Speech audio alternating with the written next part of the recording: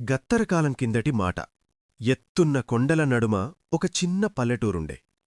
ఆ ఊర్లో ఆర్యనని ఒక గట్టి పిల్లోడుండేటోడు. ఆ ఊరి జనాలు ఎప్పుడూ ఆ కొండలు దాటి అవతలికి పోలేదు.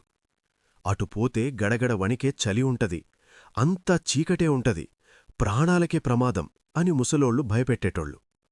కాని ఆర్యన్కు మాత్రం మస్తాశలుండే.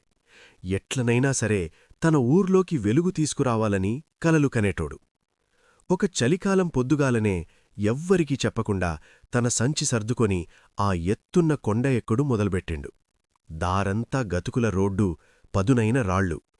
గాలి అట్ల కొడుతుంటే ఒళ్ళు గడ్డగట్టిపోతుంది.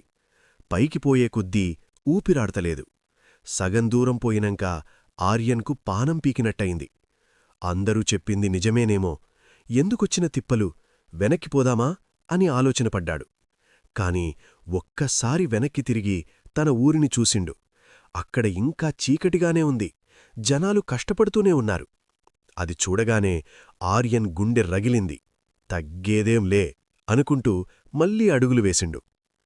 ఆఖరికి ఎట్టకేలకు కొండశిఖరం మీదికి చేరుకున్నాడు.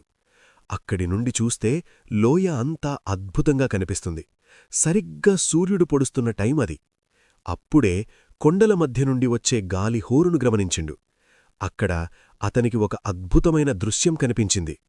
ఆ కొండల మధ్య పెద్ద పెద్ద గాలిమరలు తిరుగుతున్నాయి. గాలిని కరెంటుగా మారుస్తూ అవి నీలిరంగు వెలుగులతో తళతళా మెరుస్తున్నాయి. తన ఊరికి కావలసిన వెలుగు ఇక్కడే ఉందని ఆర్యన్ సంబరపడ్డాడు.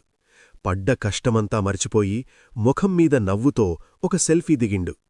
ఊర్లో చీకటిని తరిమేసే కొత్త టెక్నాలజీని, కొత్త ఆశను తీసుకొని గర్వంగా వెనక్కి బయల్దేరిండు. మనమనుకున్నది సాధించేదాకా ఎన్ని కష్టాలొచ్చినా ఎదురు నిలబడితేనే అసలైన విజయం దక్కుతుంది.